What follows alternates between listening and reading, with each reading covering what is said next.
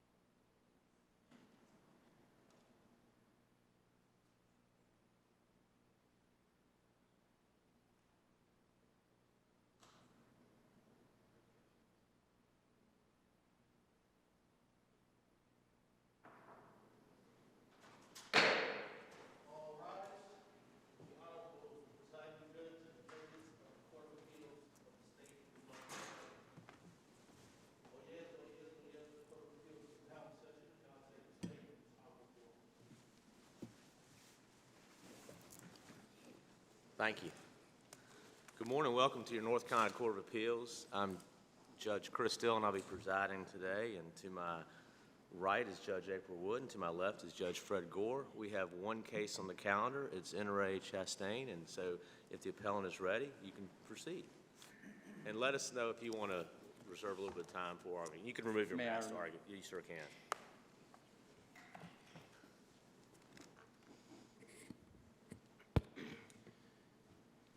May it please the court, I'm Matt Ballou, and along with Robert Zaytoon, we have the honor of representing the appellant, Ms.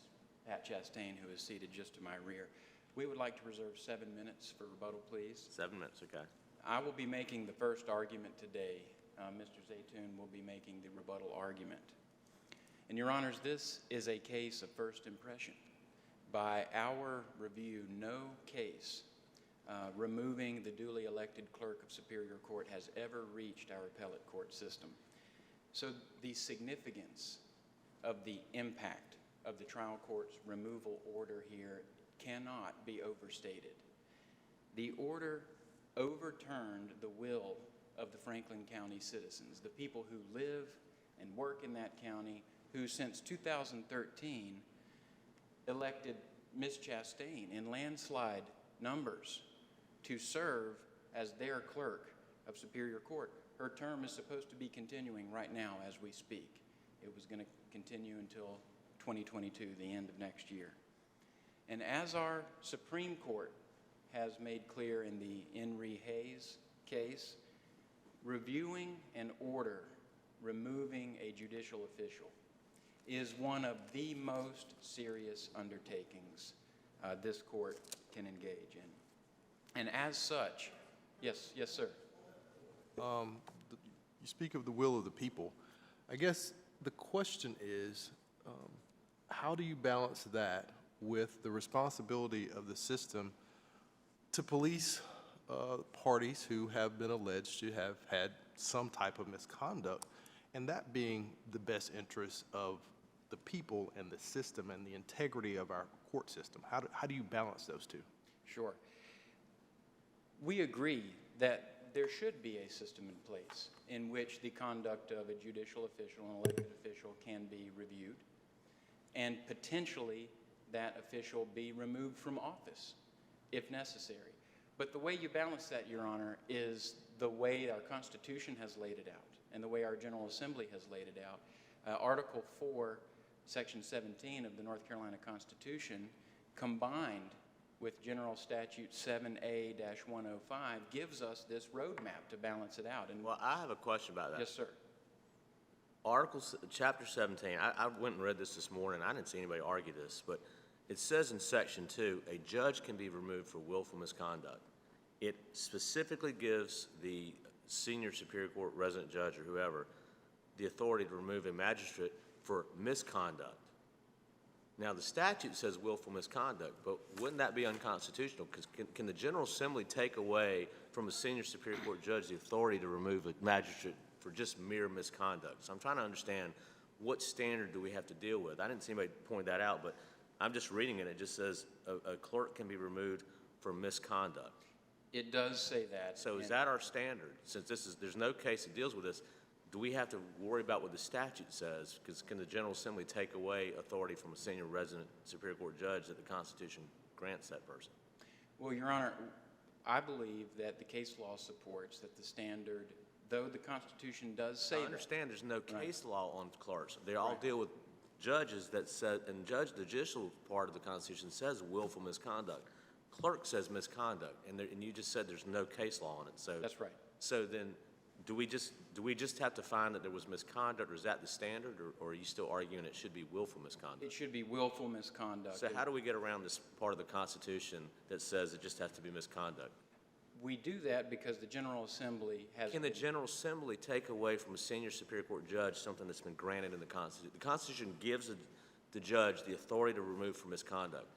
You're telling me the General Assembly can change that standard and heighten it and take that away from it? I believe the General Assembly has been empowered and asked to create statutory provisions to implement these constitutional provisions, to develop a system and a procedure. Can they change the standard?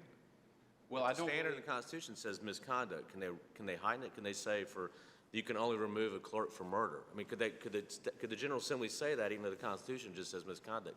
Can they take away from a senior Superior Court judge the authority that's granted in the Constitution? That's where I'm having a little trouble. If the Constitution permits them to, through establishing procedures, to also further establish the standard, then yes, they would be permitted to do it. That is a more difficult question, Your Honor. I agree with you that that is a difficult hypothetical and example. And without more, I would say probably no. The General Assembly could not dramatically change the So standard. what in the that way. Constitution gives the General Assembly the authority to change the misconduct standard to willful misconduct, I guess is my question. Well, I may need to re-review That's fine. that Maybe article, which I maybe have on and I can rebuttal. pull. I will do that during my break time. That's fine. But I believe that that constitutional section empowers and asks the General Assembly to create the procedures, to create the system, to give life to this constitutional provision. And I would also argue, Your Honor, that though the Constitution only uses the word misconduct, the 7A-105 statute that makes clear it has to be willful misconduct, they're not in conflict. They are not different. A finding of misconduct would be under the umbrella of willful misconduct and vice versa. Well, the only problem I have with that is because in the Constitution it says for judges it's willful misconduct, so the framers used a different term. They just used misconduct in the clerk section, so I'm just trying to wonder why the framers would have used something. Did they intend to use a lower standard by not using the word willful? I do not believe so, and we do not take that position today. And, you know, this court is also bound to apply the statutes from our General Assembly, 7A-105. Unless it conflicts with the Constitution. Right, and I would argue it does not conflict, Your Honor. All of the elected judicial officials that you might see around the courthouse, Superior Court judges, district court judges, a district attorney, a clerk of Superior Court, or a magistrate, all of them have the same willful misconduct language in the procedural statutes that give life to these constitutional provisions. All of them do. It would be wildly inconsistent to not have that same standard applied to a clerk, and that begs this question: why is the clerk treated differently? Why would the clerk treated be says so. differently? That would be a response that I mean, unless misconduct implies that misconduct is willful. Right. I mean, the definition of misconduct would incorporate that, and maybe that was an oversight by the framers. I don't know. I consider this, if I may. There are three types of elected judicial officials in the courthouse. I'm excluding magistrates because they are not elected, they're appointed to serve, and they're under the direct supervision of district court judges. The three elected officials, judges, DAs, and clerks, clerk stands out as different in that there is no requirement that the clerk be an attorney. There is no requirement that the clerk have any prior training. There is no clerk's school you have to attend before you can be a clerk. You are given a manual, but the very first thing you see on the manual, which was made an exhibit by the affiant at the trial court level, it's in the record, is the statement, there are no codes of conduct that apply to a clerk. A clerk can be anyone who the citizens elect to serve in that position, and they have to learn on the job. There is an understanding, we argue, that implicit in that is that mistakes will be made. No one is perfect, especially someone who isn't required to go to law school and be a lawyer, who doesn't have a state bar that separately, independently reviews their conduct, who doesn't have a judicial standards commission who can separately hear complaints. In fact, the clerk's manual explains if the Judicial Standards Commission ever gets a complaint about a clerk, what are they supposed to do with it? And they say, well, all we can do is just refer it back to the county and give it to one of the judges to take a look at. The only mechanism in place, there's no censure ability, there's no reprimand ability. The only mechanism in place here is removal of a clerk, which is, as our Supreme Court has told us, is one of the most drastic undertakings we can engage in. So therefore, we believe it makes sense for the General Assembly to have interpreted that constitutional provision to say it has to be willful misconduct. I guess, counsel, getting just to to that issue, and looking at Judge Locke's order, how do you get around the fact that he kind of specifically hits on that issue in Conclusions of Law number 10?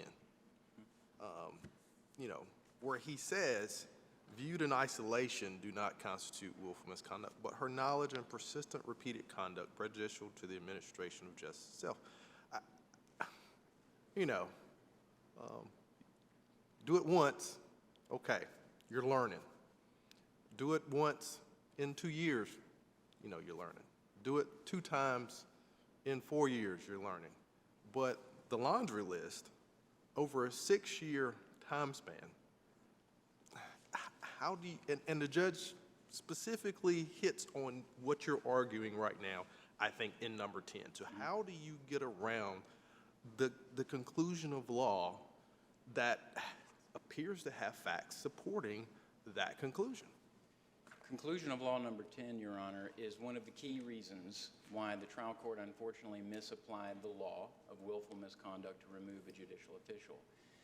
The law, as announced by our Supreme Court now for decades, does not allow separate, isolated events that don't rise to the level of willful misconduct, but instead are the lower standard of what we call conduct prejudicial. You know, I'm sure the court is familiar with the whole phrase, conduct prejudicial to the administration of justice, which brings the office into disrepute. That is the lower standard, made very clear by our state Supreme Court. Would you say that lower standard would constitute misconduct, not willful misconduct, or do you think? I do not. In this context, I do not, Your Honor. That's fair. The lower standard, it explicitly has been held in Ray Eden, in Ray Noel, many other cases. That can be completely good faith conduct that, when viewed from the outside, appears prejudicial, actually is prejudicial to the administration of justice. In fact, it does bring the office into disrepute, but it was done in good faith. There were no bad faith, specific intent. There was no knowing violations of law. It is a lower standard. If you permit me this metaphor or this analogy, if conduct prejudicial is not willful misconduct, so we call that a zero score. No matter how many zeros you add together, it can never equal 1. And the case law actually addresses, well, what happens when there is repeated conduct, which I believe is what the trial court was thinking in conclusion of law number 10, repeated conduct. What do we do with that? Well, if we look at the cases, even the ones cited by the trial court in its order, the cases make clear that it can't just be any repeated conduct. In fact, I'll read you the quote, Your Honor. This is from the N. Ray Peoples case. Our Supreme Court says, quote, "It suffices now to say that conduct prejudicial to the administration of justice, unless knowingly and persistently repeated, is not per se as reprehensible as willful misconduct." So what does the word knowingly mean in our law? That is an element, that is a term of art. It's all over the criminal case law. It's in the civil case law as well. We have those definitions that we can reach to and use. State v. Williams is a case that we cited in our notice of supplemental authority. That, in fact, cites our Supreme Court again in the State versus Stevenson case, which says, quote, "The word knowingly means that the defendant knew what he was about to do, and with such knowledge proceeded to do the act charged." So the word knowingly requires, the trial court requires us to ask first, what is the act charged? The act is conduct prejudicial to the administration of justice. And in order to knowingly do that, the trial court had to have findings of fact and clear and convincing evidence to support them, that Ms. Chastain knew that what she was about to do was conduct prejudicial to the administration of justice that would bring the office of clerk into disrepute, and despite that knowledge, did it anyway. And then... Well, counsel, let's stop Yes. right there. And I don't know how much Ms. Chastain had been around the courthouse prior to undertaking the ambition of becoming clerk. Right. But getting to what we would use as intent for the word knowing and the lineage of the case law on it, how do we evaluate the fact of her interactions of going to a residence of, a current ongoing litigation and knowing where the jurisdiction of that case is sitting and it's currently having an assigned judge presiding over it? Anybody that's been around the courthouse for more than 2 days should know, if they don't know, that it's not proper, I'll even use that standard for you, to inject themselves in an attempted mediation, which you're not authorized to do, which I know she knew that, but there was efforts by her to do it. So even taking things in light most favorable to you, that she was just attempting to do the right thing, how do we not impute her being in the position for the period of time she was, and clearly should have known that that was clearly improper to do? Several things there, Your Honor. Okay. I'll try to take them in turn as best I can. I'm listening. First of all, the law is equally clear from our Supreme Court that negligent conduct, you should have known better conduct, errors of law, errors of judgment, lack of diligence, those types of things, which are unintentional conduct, as a matter of law cannot constitute willful misconduct warranting removal. Those cases are cited in our brief. They're the N. Ray Eden's case, N. Ray Martin, and N. Ray Noel. All three of those have very clear statements that you cannot say those are willful misconduct as a matter of law. And why is that? Because willful misconduct requires not only must it be wrong and improper conduct done in your official capacity, it must be intentional, knowing, and in bad faith. Bad faith has its own separate definition that also requires a specific intent to act and to achieve a purpose that is as outside your authority. So if these were a should have known set of circumstances, you should have known better, Ms. Chastain, that cannot as a matter of law qualify as willful misconduct. That would be point number one.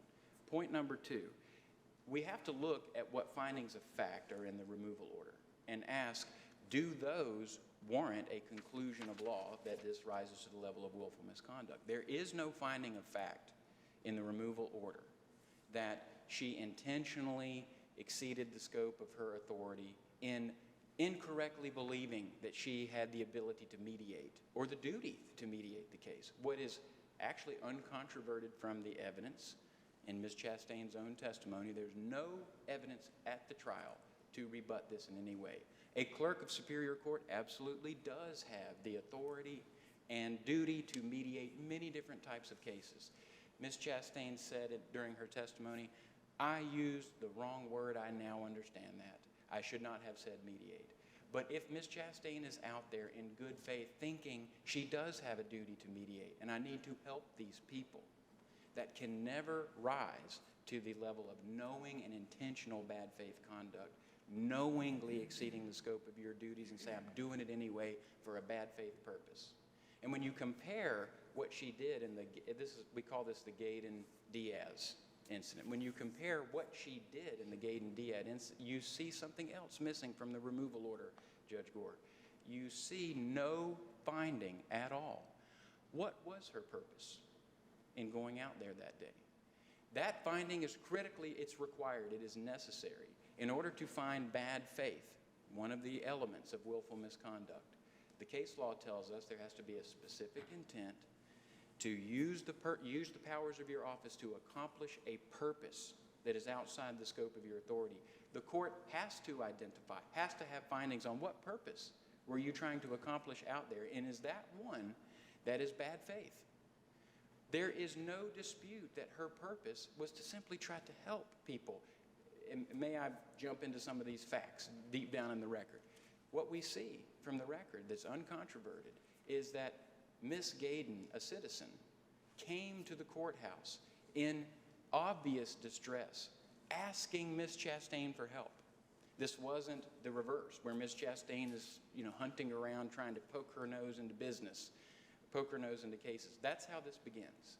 It's also true and uncontroverted, there's no active litigation. There were orders that were signed. The parties had no hearings. They had no matters before them pending. There was no official action that Ms. Chastain could take, nor did she take any action to dismiss a charge, to anything like that. As we said in the brief, nothing that she did out there could they have appealed that day because there was no legal action or ongoing case. Another point, Your Honor, that I think is critically important. Ms. Chastain calls and asks for the deputy, Mr. Daly, who was there on Christmas night, to come out with her 2 days later. No one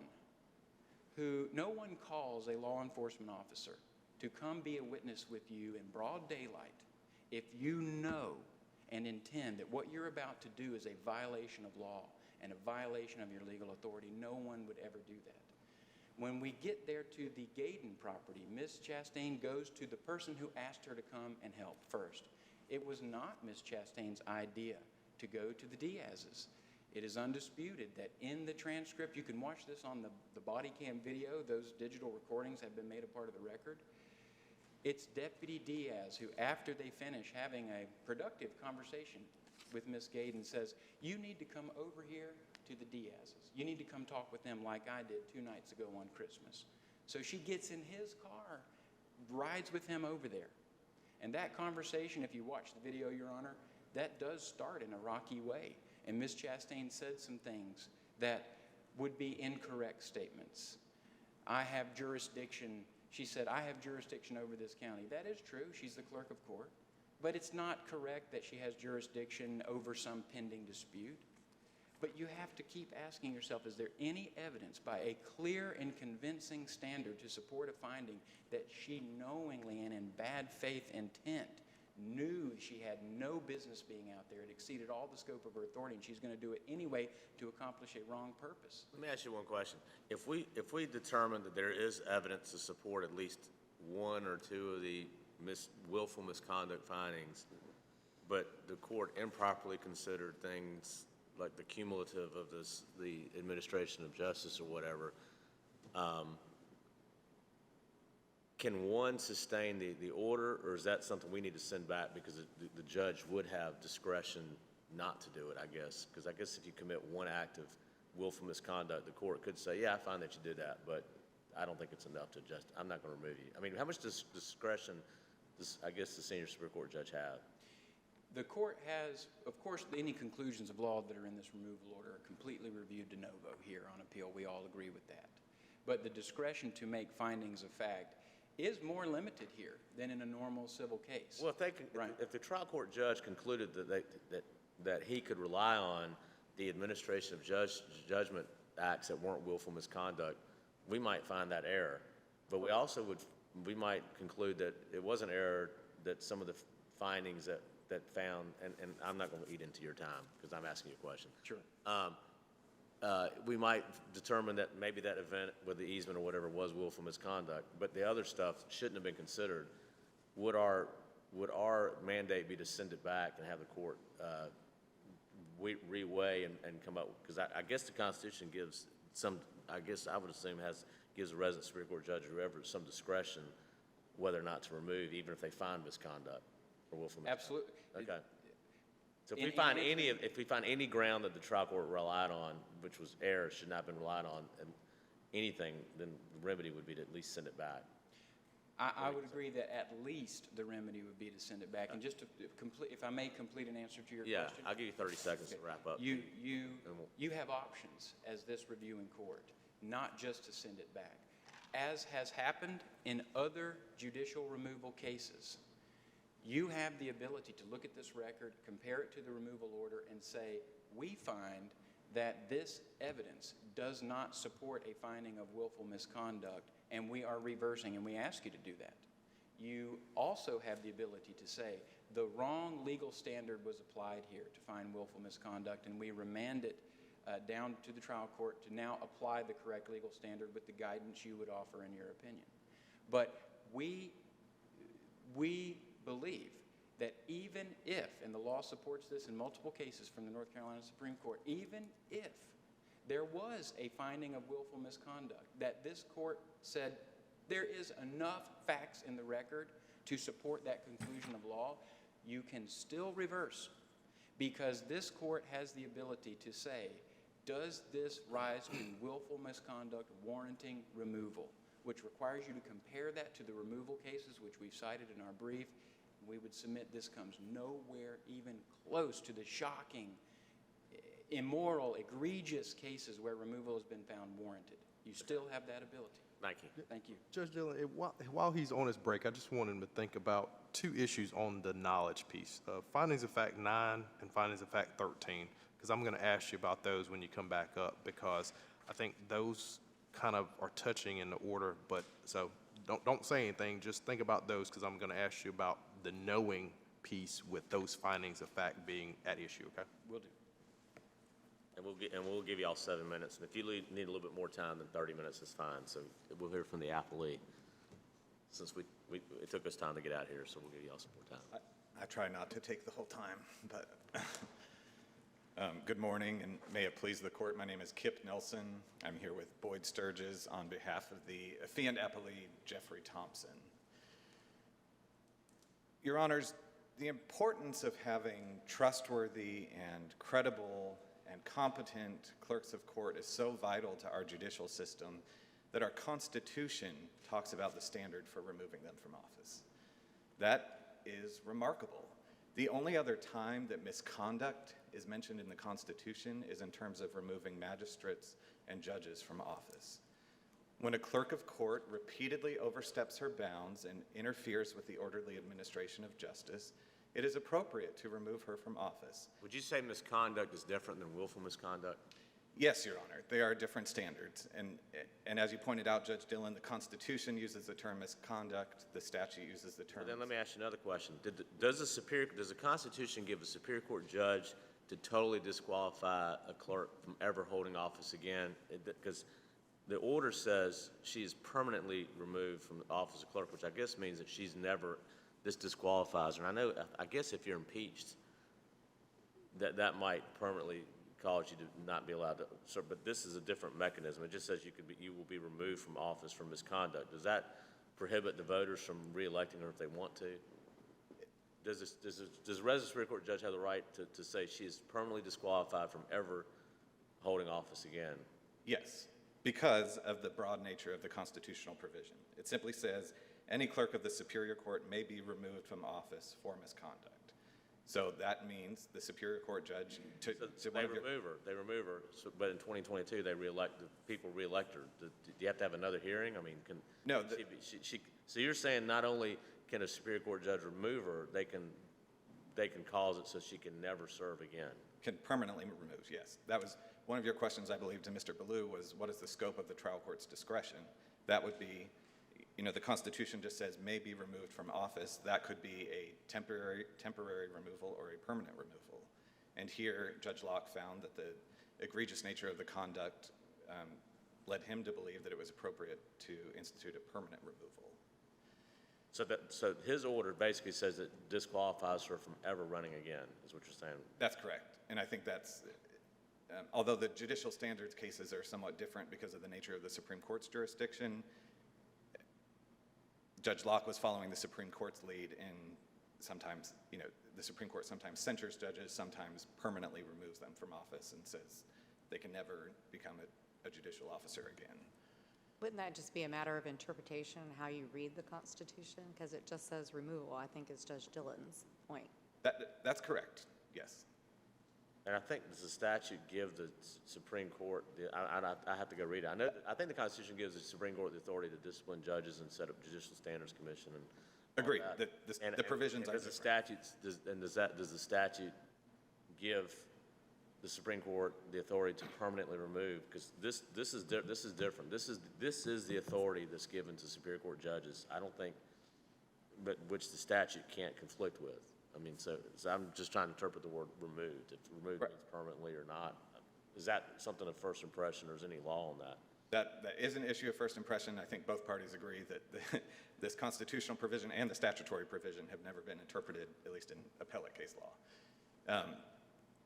I guess my argument would be the fact that the Constitution leaves it undefined and simply says that a clerk may be removed, effectively, period, gives the Superior Court judge who's deciding the case the authority to decide what that removal looks like. And Judge Dillon, you asked about the difference between misconduct and willful misconduct, and there is a discrepancy there. My understanding is the petition was filed pursuant to the statute, and so as the affiant, I think Mr. Thompson accepted the higher burden and said, I think I can meet the higher burden of willful misconduct, so there was no need to address the discrepancy. And ultimately, the trial court found that the evidence did show the higher standard of willful misconduct. But I'm just wondering if we, and I don't know why you're setting, I don't know what your burden is. I have to think about that, because if we find that all these things, or some of them might not be willful misconduct, but they're misconduct, why wouldn't we just affirm it, saying that the Superior Court judge has authority? So, as this court knows, there's a series of cases that says right for the wrong reason, right? So if the trial court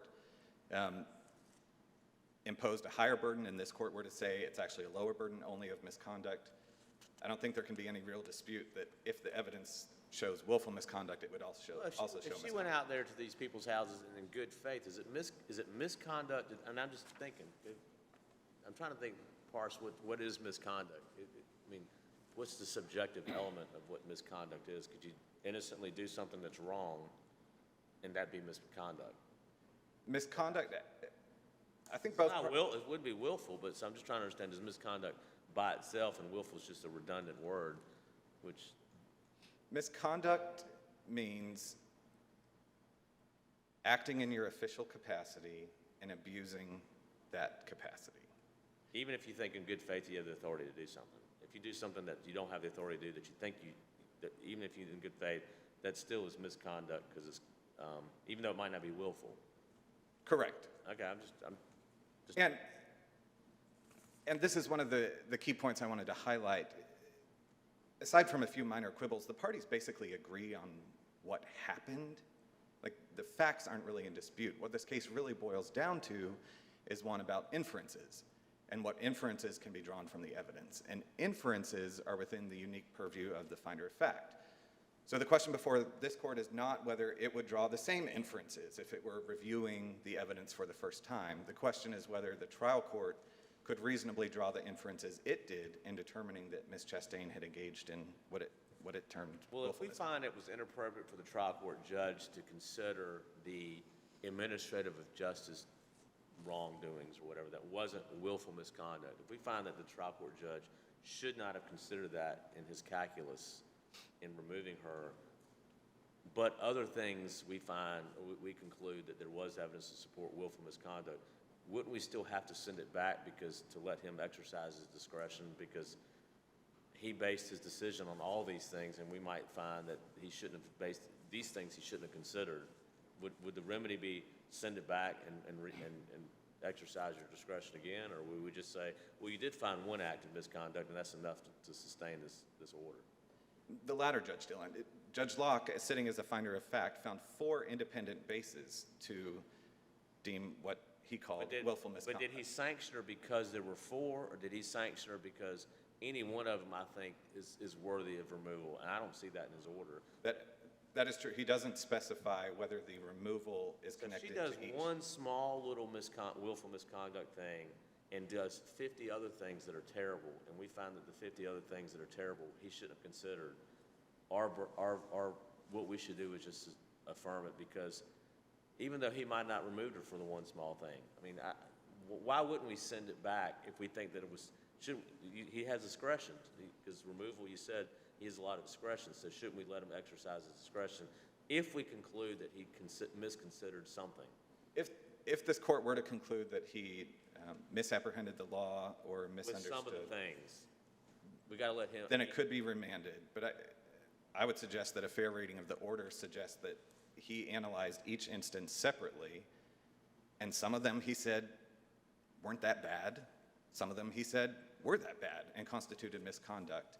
And then, Well, in line with that, what you just said, doesn't conclusion of law number 10 specifically say that even if respondent's act of misconduct viewed in isolation do not constitute willful misconduct, her knowing and persistently repeated conduct is prejudicial to the administration of justice itself rises to the level of willful misconduct? Doesn't that just indicate that his conclusion of law was that everything put together is what was willful misconduct? yes, and that is one of four bases that he found for willful misconduct. So one was the Diaz-Gaten incident, one was the interaction with Magistrate Arnold, one was the audit, and then one was, Judge Wood, to your point, of the accumulation of all the other things listed in the order, in his mind, constituted willful misconduct. Wouldn't you concede that that's an improper conclusion of law? No, Your Honor. In fact, again, the Supreme Court cases are slightly different, but to the extent they're helpful on issues of law, I would respectfully disagree with my friend on the other side about what repeated instances mean when it comes to misconduct. As I understand the argument from the appellant, unless a public official does the exact same thing wrong more than once, it can't be misconduct. I And guess, that is- counsel, on that point, and to address Judge Wood's question, how do you interpret findings of fact 9 and 13, specifically 13, where a district court judge told her on more than one occasion that coming to me, it seems to be independent without, obviously, the clerk's responsibility of presenting, judgments and orders, but it appears that she was coming to her on her own, coming to the judge on her own volition to get orders struck, and the judge told her or advised her that it was inappropriate for her to advocate on behalf of criminal defendants and that he would not strike. So that happened on more than one occasion. How do you interpret that into the knowing piece and the question that I raised that I'm going to ask counsel? That's precisely what shows the knowledge element, Judge Gore. And to your point, finding 9 is among a series of findings talking about Ms. Chastain's background with the ethics rules and what was expected of her. Of course, those findings have not been challenged on appeal, so they are binding as far as what her understanding was and her experience with the ethics rules. But as to finding 13 in particular, I would direct the court to cases like In re Martin from our Supreme Court, which again was a judicial standards case, but as there are no clerk cases, that's the closest we have. But there, our Supreme Court said, a judge cannot rely on inexperience or lack of training to excuse acts that bring the office into disrepute. We expect judicial officials to have a certain level of understanding, and when that knowledge is specifically reinforced by a sitting judicial official, as it was with Judge Davis here, it's no longer imputing knowledge, it's actual knowledge. Well, to their point, there's a huge difference between judges and clerks, isn't there? As a judge, you're required to be a lawyer and have legal training, and as a clerk, there's no such requirement. And I would actually say that points in our favor, which is judges come to the bench with a certain amount of experience and requirements, and clerks don't. And to be sure, some of them have law degrees and some don't, which is why it's so important that they, as I believe one of the witnesses testified at trial, stay in their lane. When a clerk oversteps her bounds and interferes with the roles of other judicial officials, that's where it's misconduct. And the other case I would just direct your attention to, Judge Gore, is In re Noel, which was another Supreme Court judicial standards case. There, the Supreme Court said a judge cannot maintain that he had no notice of what was expected. The intentional or the knowledgeable act does not depend on the official, him or herself, saying, I understood. In fact, the Supreme Court has said, so going back to whether, I hate to use the word small acts, but a series of acts that don't by themselves constitute willful misconduct. The Supreme Court has indicated not only that a series of acts that are prejudicial to the administration of justice would constitute willful misconduct for a judge, but also that conduct showing a reckless disregard for the office itself can be willful misconduct. Okay, I'm going to read the Constitution again. it says that you can remove a judge. You don't have to find willful misconduct. You could just find conduct prejudicial to the administration of justice. Because so I don't know if the Supreme Court is saying that there's.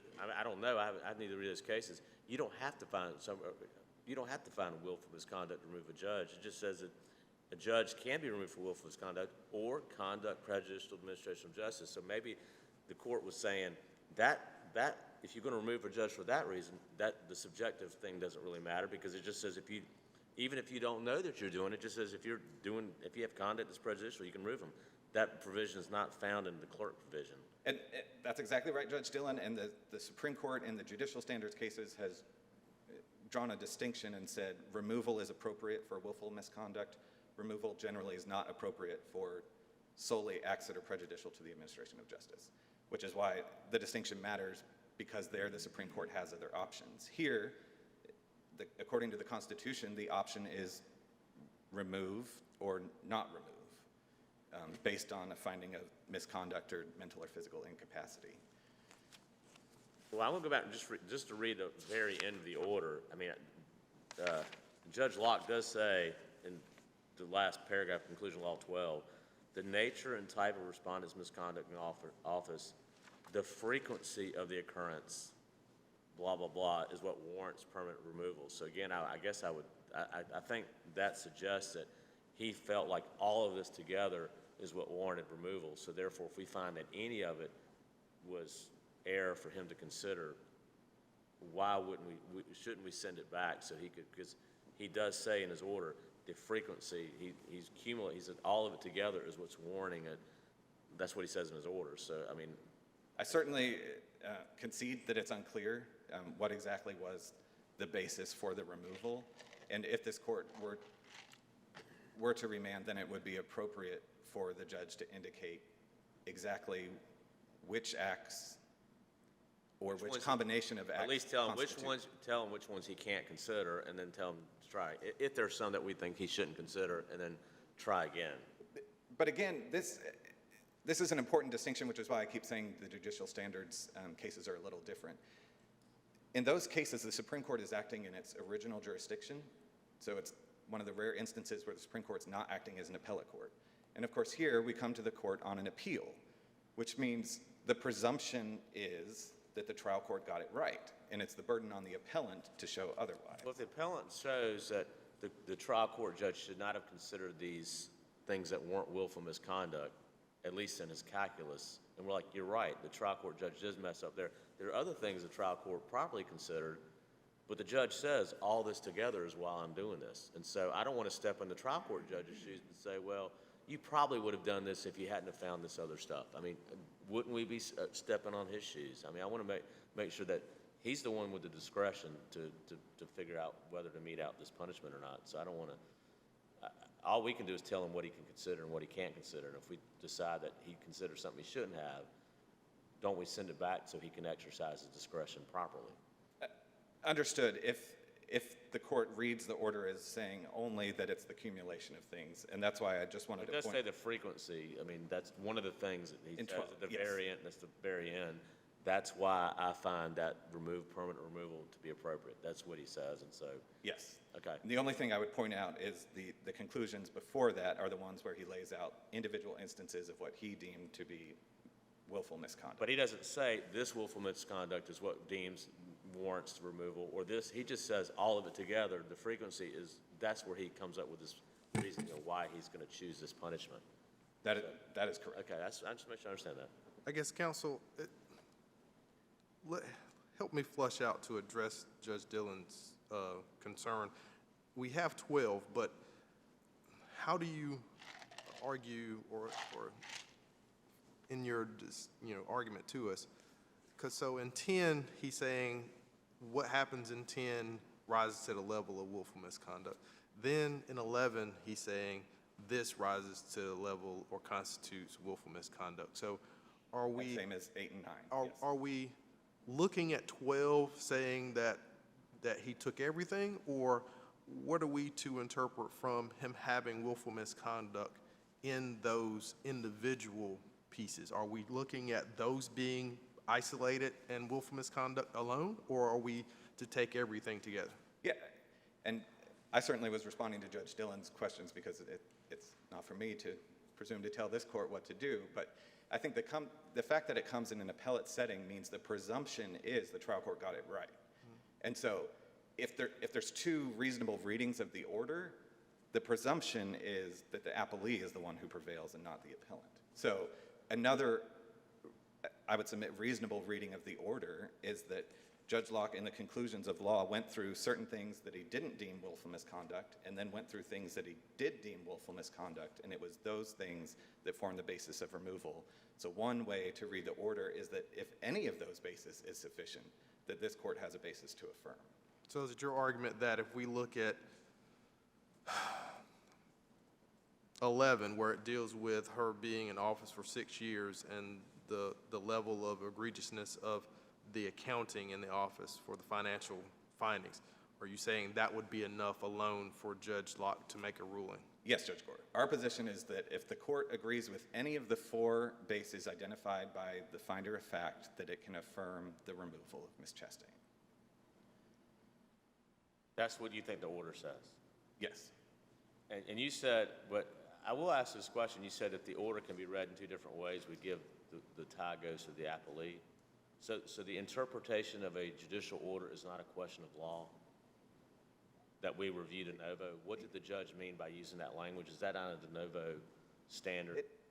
Yes, the So the appellate tie- standard of review. So the tie would not go to the appellee. We have to construe what we think that he meant by that. Actually, let me take that back. I don't think the appellate standard of review of the order is an issue of law de novo. I mean, Well, the standard of we're review trying to is, figure out, did the judge say any one of these things warrants removal, or did the judge mean to say, I think all of it cumulatively is why I'm removing? We have to interpret his order. Is that a de novo standard? We're going to interpret what he meant. I mean, I don't know that it's de novo or not because it hasn't been interpreted yet. The standard of review is, does the evidence support the findings and do the findings support the conclusions? And I'm not trying to quibble with you, I Judge understand Dillon. that. I understand. No, that's fine. But I do think as a matter of appellate practice and procedure, the question is, yes, this court is interpreting the order as it comes to the court based on the record and the evidence. So we got to figure out what he meant. Did he? Correct. Did he say, I'm removing her just because I found all these together, or did he say any one of these? I would remove her for any of these, and so.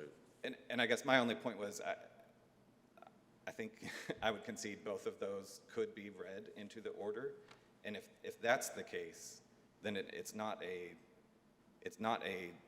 question of law that's reviewed de novo or that's up for interpretation. Then the presumption would be that the trial court got it right, and it would be the appellant's burden to show otherwise. Okay. And I'll just run through, I think we talked about kind of the accumulation aspect. If I could just run through briefly the other three bases that at least the finder of fact determined were willful misconduct.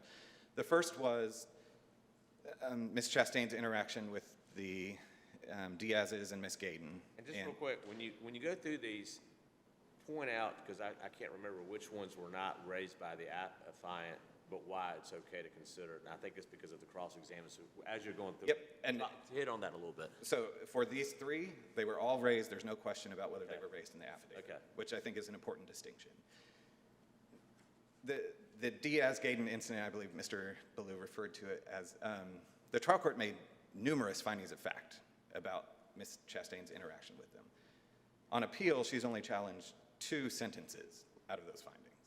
In other words, the remaining findings are binding, which I would submit that strategic choice was rational because many of the findings are based on the video evidence that was submitted in the trial court. I don't know if the court has had the opportunity to view the videos yet, but I would commend the videos to your viewing to the extent this question of whether there was evidence to support the findings or not.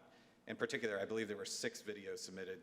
It appears that the trial court's findings were principally based on the video with the title PICT 15, PICT 15.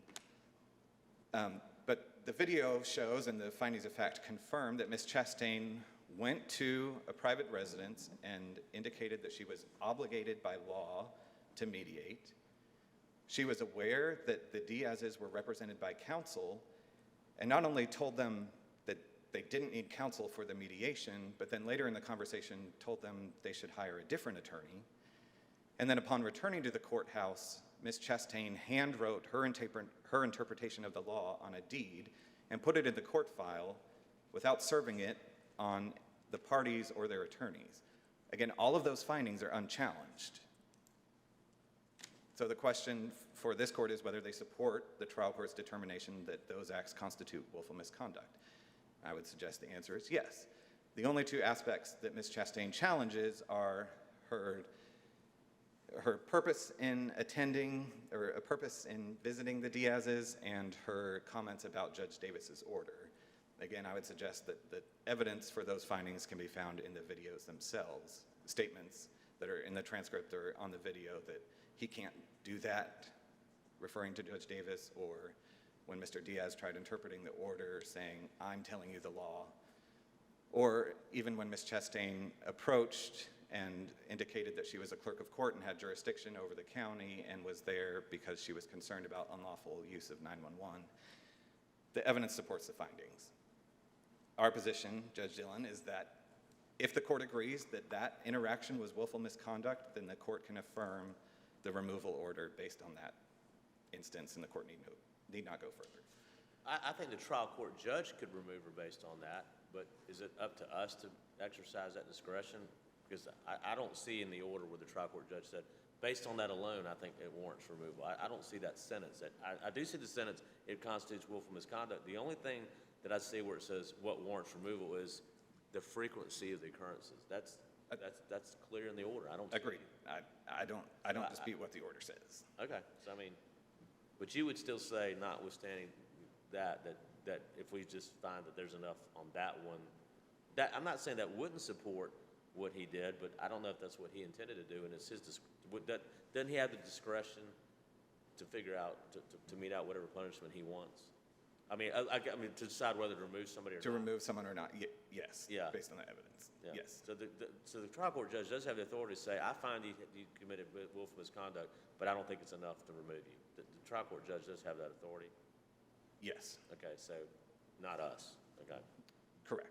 Okay. The second instance was Ms. Chastain's interaction with the magistrate judge. Again, there are several findings in the record that are unchallenged on appeal. The only challenged aspect is one, the part at the end about the profanity relating to Judge Davis, but none of the findings regarding her interaction with Magistrate Arnold are challenged, that she called the magistrate after hours and demanded that he send a magistrate to the office, that she, in front of members of the public, criticized his control of the office, and so all of those findings are again binding, and that was another instance where Judge Locke found willful misconduct based on the evidence. The third, Judge Gore, which you brought up earlier, was the audit, and the only thing I wanted to say about the audit was the basis for willful misconduct there was not the fact that there were deficiencies identified in the audit. Many people who have been audited may be familiar with the fact that auditors sometimes identify deficiencies, so that was not what concerned the finder of fact. It was rather Ms. Chastain's role as the clerk of court and her attempt to shift the blame onto others. In fact, what the court said was that it was her lack of oversight over the office that constituted willful misconduct based on the audit's findings.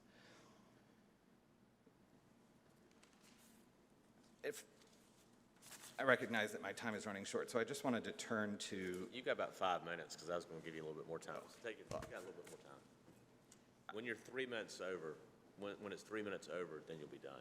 Well, I think I just wanted to summarize to what I understand the court's general concern to be what was Judge Locke thinking in writing this order. And I guess I would submit that in cases like these, the Supreme Court has indicated that it's appropriate to take a step back and look at the effects of a judicial official's actions.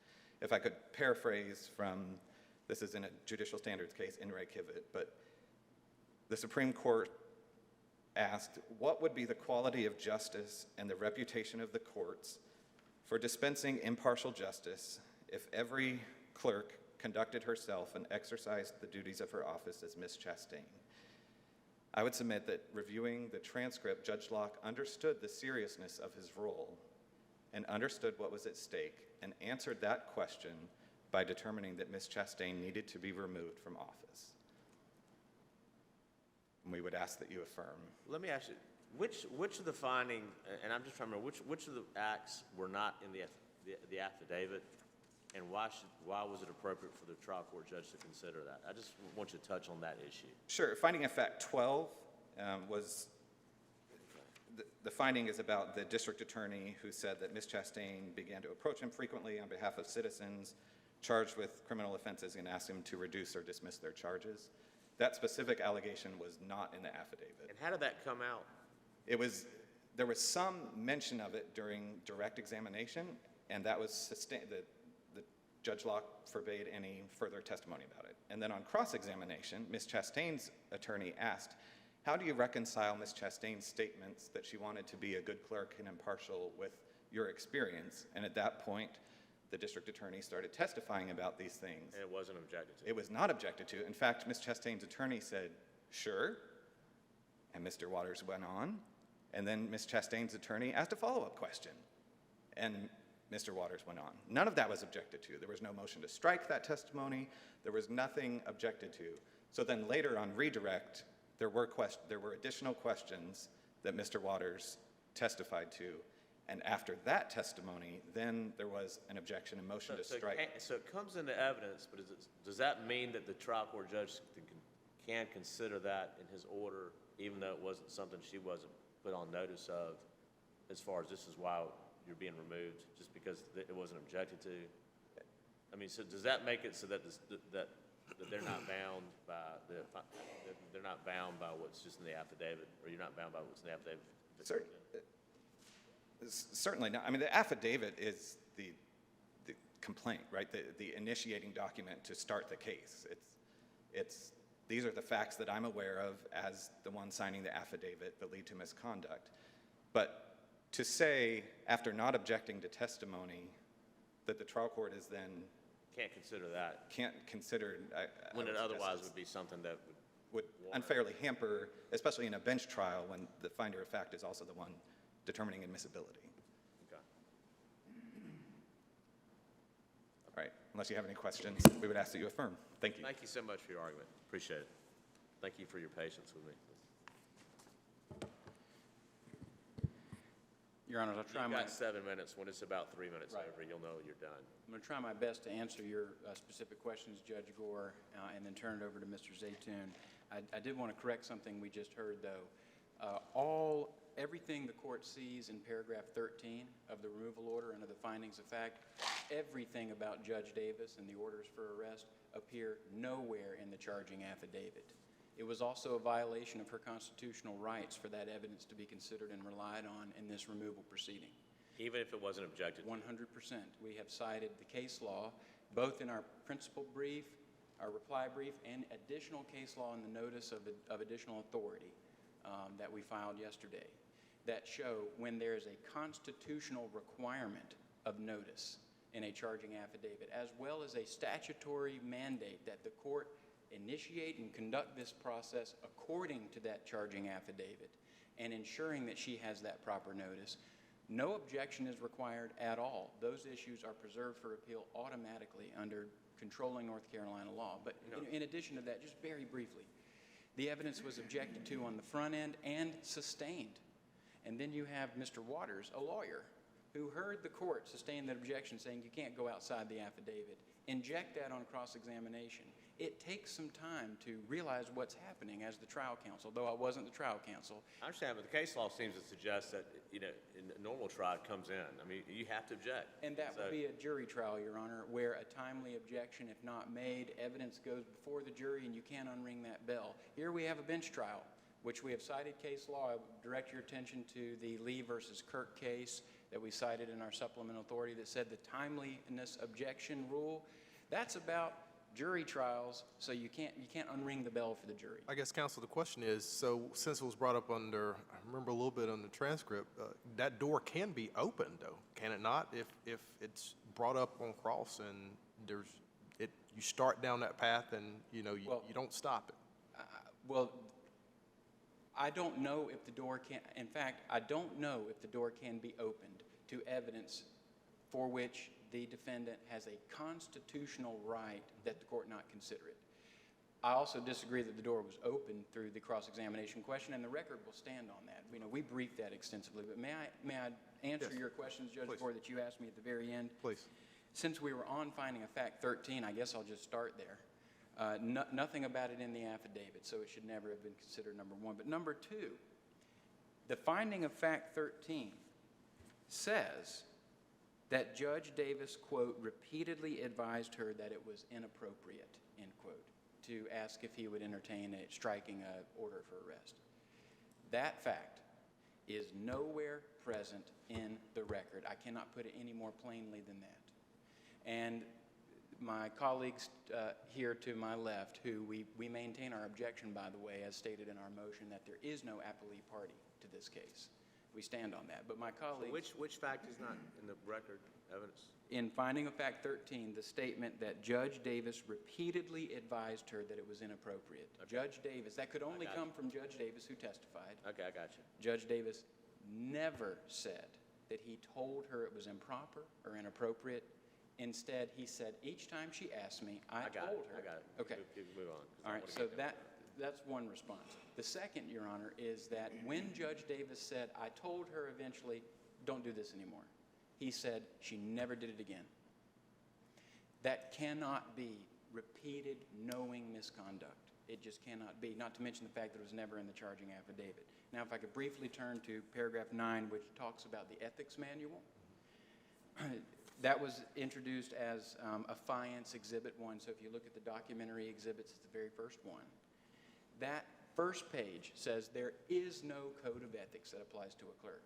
All that manual says is we're drawing on stuff that comes from the judicial standards that doesn't actually apply to a clerk, but it's the best guidance we can give them. That's number one. I guess, so on that issue, though, is there not any advice given to the clerks for legal advice or Yes. advisory? They go through some training to know that they shouldn't do that, correct? There is an entire section on that. And so how do you balance that training that took place and then her attempts to give advice Right. or interject an opinion as to what to happen with the Diaz, the Gates Gaten. fiasco? Yeah. Yes. When the argument's over, I would direct the court's attention to page 12 of the clerk's manual exhibit. An entire section on what is the difference between giving legal advice and answering questions about legal matters. The clerk's manual says, quote, the line is often not clear, especially when responding to questions, end quote, and proceeds to give the clerk, who is not a lawyer, 11 different guidelines on how to instruct your staff of try to do your best to not cross over that line, which is very difficult. The last thing I would say, and I'll turn it over, is what did she actually say out there? What does the record show she actually said? Every statement she made about the easement, about the right of ingress and egress, about the no contact order, every single statement was 100% accurate and in fact agreed to in the end by both parties and testified to by Mr. Diaz. They were all accurate statements of fact about what was in that court file. And then when she got back to the courthouse, it was Ms. Gaden who came and asked her, please file stamp this deed in my no contact order case file. And it was unrebutted evidence at trial that when a member of the public wants to file something in a case file, they file whatever they want.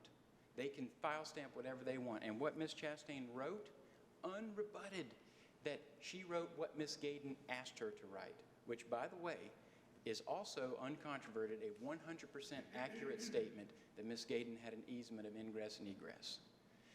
That's literally it.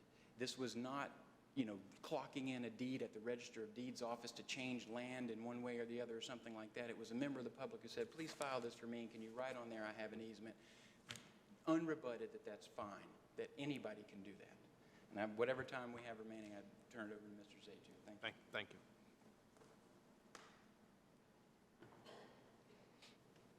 You can take about 5 minutes if that's okay. Thank you. Thank you, Your Honor. Please, the court. If it is so that a Superior Court judge is infallible in his findings of fact and conclusions of law in this particular scenario, then why are we here? I certainly believe that the Constitution, which embedded a right, constitutional right in a clerk, did not intend that a Superior Court judge would have unbridled power. And I'm not defaming or being pejorative about the Superior Court judge here below. We have this court because Superior Court judges try their best, but sometimes they don't get it right. And that's why we have judicial review. And the Constitution does allow any clerk removed from office shall be entitled to an appeal as provided by law. And if the legislature wants to, I guess they could give us appellate jurisdiction to review the order de novo if they want to. So, I mean, there is a mechanism in the Constitution where the General Assembly could, I guess, enact a law giving us more authority. But I guess we're stuck with whatever standard review that the Supreme Court says we have, I guess. That is true, Your Honor, but while this is a case of first impression, the first time a clerk has been removed and come to the appellate court, you have the comfort and guidance of the North Carolina Supreme Court on how to ascertain the proper legal standard. It comes in numbers of cases that we cited in our brief, and I'll touch on them. But conduct prejudicial can only rise to the egregious level of willful misconduct where that same wrongful conduct is knowingly and persistently repeated by the official. You cannot remove by death by 1,000 cuts, or as Mr. Blue called it, 0, 0, 0, 0 will always equal 0. Will never add up to 1. And what we have here, and I'm not suggesting that Ms. Chastain was trying her best to be a helpful public servant. She's been a public servant all of her life. But now she is banished. Not only is her retirement gone, but she can never hold public office again. This is a reputational and financial death penalty for her, what happened here. And that is why the standard is so high. Is it that it's public office or just the office of clerk? Because as I read the order, it's specific to that. So your statement kind of broad in comparison to what I'm reading in the order. So are you saying that this order prevents her from running for county commissioner or town council, or? That's an excellent question, Your Honor, but it's the terminology that is used, willful misconduct, willful misconduct, that our Supreme Court has interpreted for you in cases mostly involving the removal of judges. And frankly, Judge, let me just get to the nub of it. It's got to be serious, really serious. If you look at the cases, Spivey, moral turpitude, that was a single incident, but that was so egregious that it merited removal. Well, okay, well, let's talk about, for instance, and I don't know how much you guys touched on it, but what about in Ray Klein? An instance of where there was bad language used by the DA about a sitting judge. And that was a basis that the appellate courts have reviewed, that the judge was within their discretion to evaluate that evidence, and that stood as grounds to be able to remove the elected DA. That's true, Judge. But in Ray Klein, it was the repeated and habitual defaming of a Superior Court judge. It wasn't one instance. Now, the one instance that stands out in the case is Ms. Klein saying that Judge Hudson had his hands were covered with the blood of justice. It's pretty bad stuff. Well, but she had repeatedly. I guess something that is not necessarily fact-driven versus opinion is kind of what they kind of drew some lines on that issue. Now, obviously, that's egregious to be able to say about a sitting judge. But when we're looking at the evaluation of something that's said that's fact or conduct that is factually done, and counsel touched on it, true, that some of her statements out of the gate, I keep saying the gate incident, but even though those things were true, should they have taken place? So that's kind of what I'm asking you guys to touch on again, is that even though it's true, and doesn't seem to be, controverted, should it have taken place? And should she have done these things?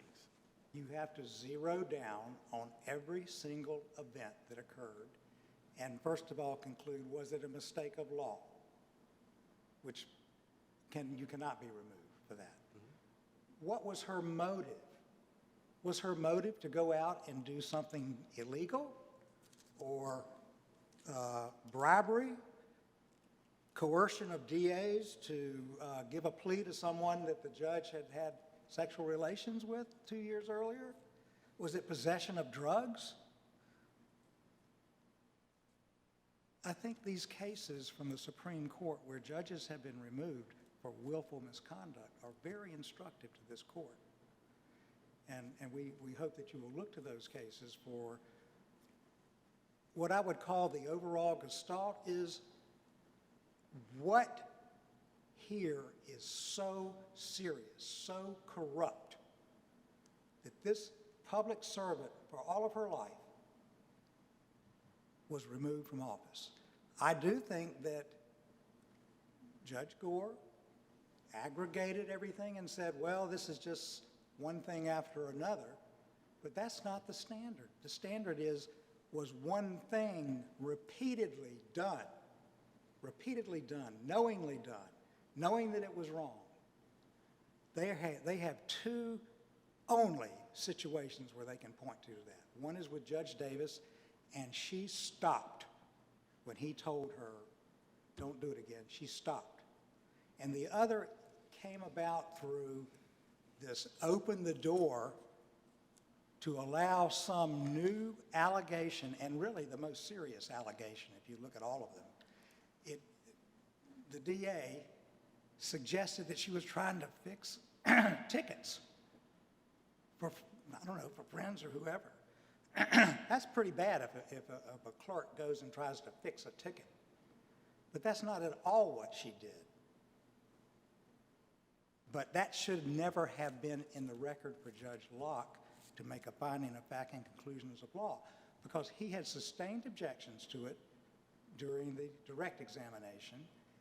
And I'm not going to impugn any bad faith, but the DA is a lawyer, and he knows when an objection is sustained that the judge has said, it doesn't come in here.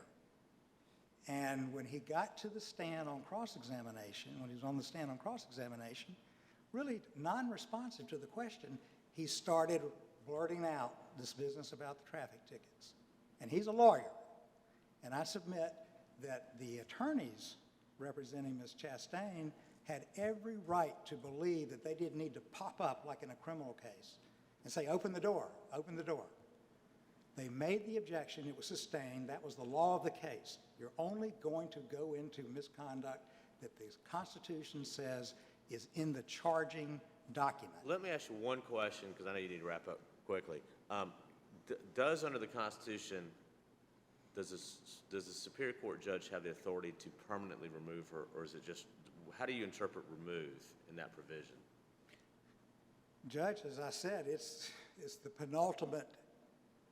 There is no censure. It is remove, and when you are removed, you lose your right to hold public office. Forever. Forever. And you lose, and this clerk could have been in the last year of her tenure of 30, 40 years. Some people serve that long at the state. She would have lost all of her retirement. I think what I want to part with you on is this. No corruption, no drugs, no embezzlement, no selling the office. The audit, Your Honor, I had my randomly had my trust account audited one time. They found not a penny missing, but they said, you know, you might do this and that to just be a bit more careful. That's what that audit was. It made suggestions to how she might better run her office, but it found no misconduct. If there had been embezzlement, if she'd been selling drugs out the back door of the courthouse, we wouldn't be here. Take about 30 seconds to wrap up. All right. I'll give you So, 30 seconds. this is a case of first impression. You have Supreme Court guidance on how you can decide this case, but I submit to you that this, your holding in this case will be like a boulder dropping into the pond of North Carolina jurisprudence. It will go out to all banks. Whether a clerk is red, blue, yellow, purple, doesn't matter. When you win an election, as she did, you got a lot of people who like you, but you can make some enemies too. And what you do by setting the standard in this case for clerks is going to reverberate through 100 counties in this state.